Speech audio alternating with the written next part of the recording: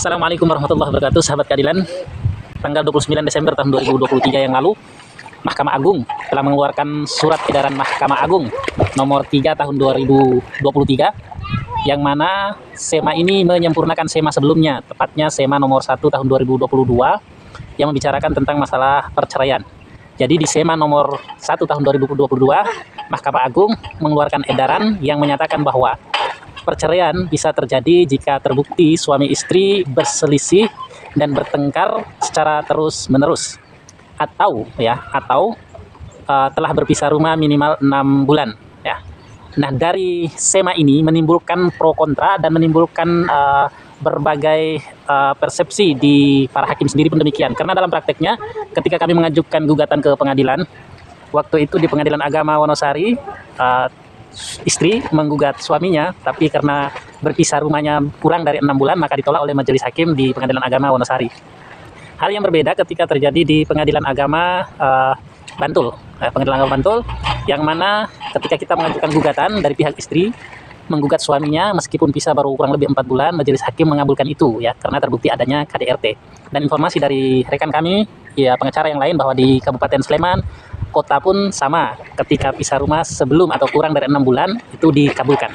Nah, dengan adanya SEMA nomor 3 tahun 2023 yang dikeluarkan pada tanggal 29 Desember tahun 2023 yang lalu, kata-katanya itu sudah cukup mengakomodir dan tidak membuat saya gelisah atau perang batin lebih gitu. Karena kata-katanya disebutkan di situ, perceraian itu bisa terjadi, perpisahan itu bisa terjadi, pertama karena berselisih dan bertengkar yang terus-menerus.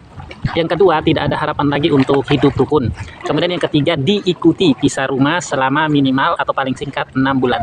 Ada 3 poin ini, jadi bertengkar terus-menerus, tidak ada harapan lagi untuk rukun kembali. Kemudian yang ketiga adalah diikuti dengan pisah rumah minimal 6 bulan, kecuali terbukti adanya KDRT. Artinya dalam SEMA ini nomor 3 tahun 2023 ini sudah sangat jelas frasanya itu, tidak menimbulkan multitafsir lagi di kalangan majelis hakim ataupun para advokat. Jadi di SEMA itu disebutkan bertengkar secara terus-menerus, kemudian tidak ada harapan untuk rukun kembali. Kemudian yang ketiga adalah diikuti dengan pisah rumah minimal 6 bulan, kecuali terbukti adanya KDRT.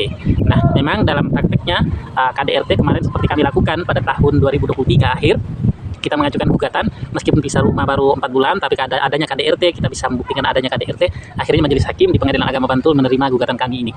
Ya, ini cukup membahagiakan karena memang terbukti adanya KDRT itu.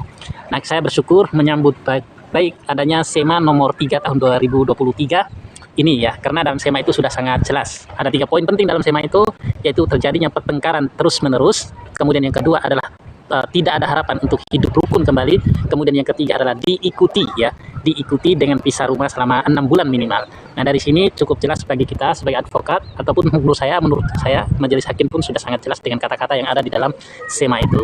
Jadi ini harus juga dipahami oleh semua oleh semua advokat, begitu juga oleh para hakim, sehingga dalam menerapkannya atau memahami kemudian memberikan putusan itu benar-benar memenuhi rasa keadilan bagi masyarakat ya, masyarakat. Nah, untuk terjadinya polemik di tahun SEMA nomor 1 tahun 2022 itu terjadi disebabkan karena majelis hakim itu hanya berpatokan pada kata terakhir, yaitu minimal pisah rumah selama 6 bulan.